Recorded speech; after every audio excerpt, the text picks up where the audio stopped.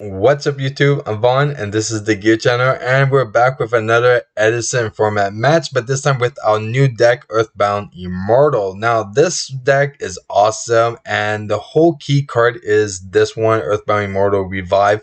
Now if you're not familiar with it, you discard a card to add a Earthbound Immortal from your graveyard to your hand and also a field spell. And the best field spell to abuse is going to be Gear Town. So this deck could actually abuse like Gear Towns like 6 times in the duel and it's ridiculous.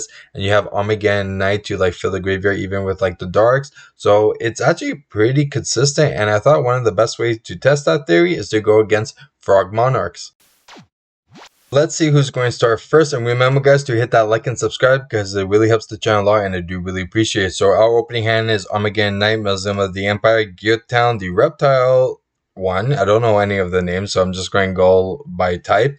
Terraforming. Our opponent has the Treeborn Frog, the Unifrog, the Swap Frog, the Dupe Frog, and the Goros. That's a lot of frogs. We draw into my body. Very, very nice. So the best play is to go with the Armageddons and the Plague Spreader. So Plague Spreader could have multiple use for it. So in this case, it's going to be for synchroing, but also for tributing summoning, which is quite nice. So now we're going to do the Gear Town, go and spell some the Yugioh dragons, and we're just spamming the board just a bit, trying to bait wherever we can, so then we could just summon our beaters, and it just gives a lot of pressure to the opponent.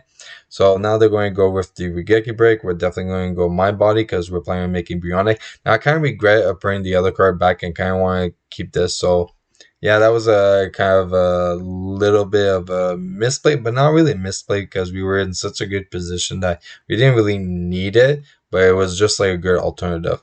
Now they're going to go with the Treeborn Frog, and then they're going to set, and then go and make a nice wall, and then MST has a back row. And this is why I kind of don't regret not having it, is because of that MST back row, because if we did summon it and then they did MST after, we just lost a good monster. So now we're going to go with the Bionic one more time. We really don't want them to abuse that Duke Frog, but it's okay. Now Bionic is going to attack, and then the Yugioh is going to attack.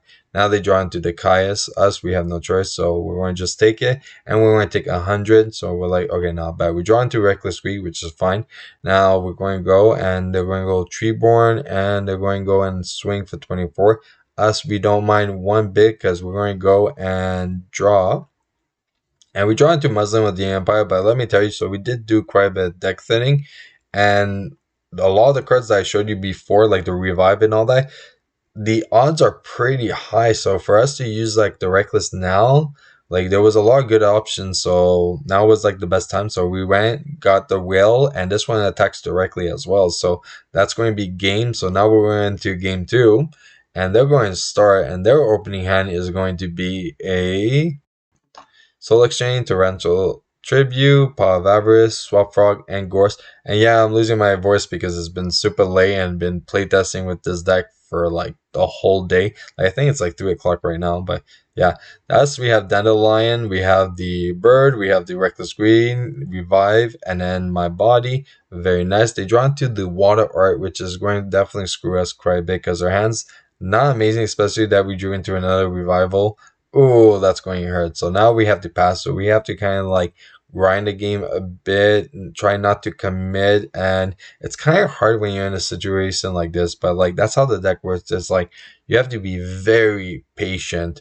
And you're going to see how we were not patient in just a moment. And this is why it did not turn out. So I thought now was a good time, but it was not. We shouldn't have done that. There was so much regret, and we could have waited just a little bit more.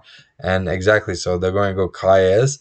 And where are we going to draw? A Gear Town. So yeah, we should have waited. That was the appropriate play. Like not even committing to anything, just passing and then let them use their resources. Now we're going to game 3, which is the final game, and we're going to start. So we have the Reptile, the Terraforming, the Revival, the Bird, and then Armageddon Knight. Our opponent has Lightning Vortex, Dupe Frog, Fishborg Blaster, Dust Tornado, and Unifrog. Very, very nice.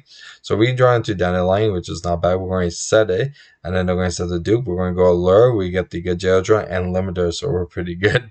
So now we're going to go with the Plague. Now we're going to do like pretty much like the same thing. Just try to like lock. We're going to do like a few switches along. We want to keep the Yugioh like into the graveyard, so then later we could actually top deck the other one. So now they're going to go lightning vortex, so we won't be able to repeat that same process. So now we have to go and pass. So we have to be pretty patient. We weren't patient last game.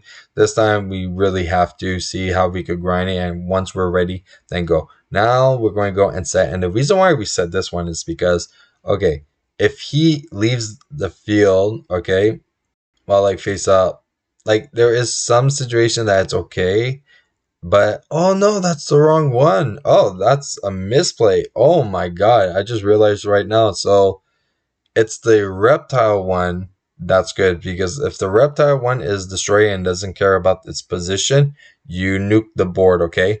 This is the one that specifically have to be face up. So if your opponent does Kai'Sa it, you won't get the effect, which is a very big misplay. Oh my god, I could get punished like right off the bat. If he did that soul exchange and just summoned the Cyber Dragon, oh, we would have been present. Like, we had good follow-up still, and we did want to, the priority was to get into the graveyard because we have the revival. That was like the main reason why we put it out, but still, like, oh, that kind of sucks.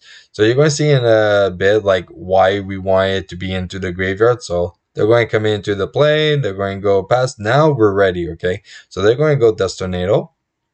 We're completely fine. We still need that Earthbound in the graveyard. We're going to flip ours, so it'd be sent to the graveyard. Now Armageddon Knight is going to go and send. By accident, we added it, but we're going to send it to the graveyard in a second. So there we go. So now discarding the quick draw for the cost of this, and now we're adding back.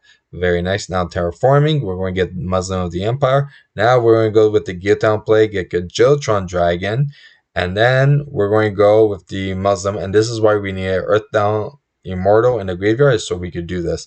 So we're going to swing, they're going to get the effect. Now we're going to attack, and then we're going to go limiter because they just set this with Dust Tornado. So we are all set, guys, and that is game. So that's it for a new deck that we've been building, the Earthbound Immortals. If you guys enjoyed, definitely hit that like and subscribe. Till next time, I'm Vaughn, and this was the Gear Channel.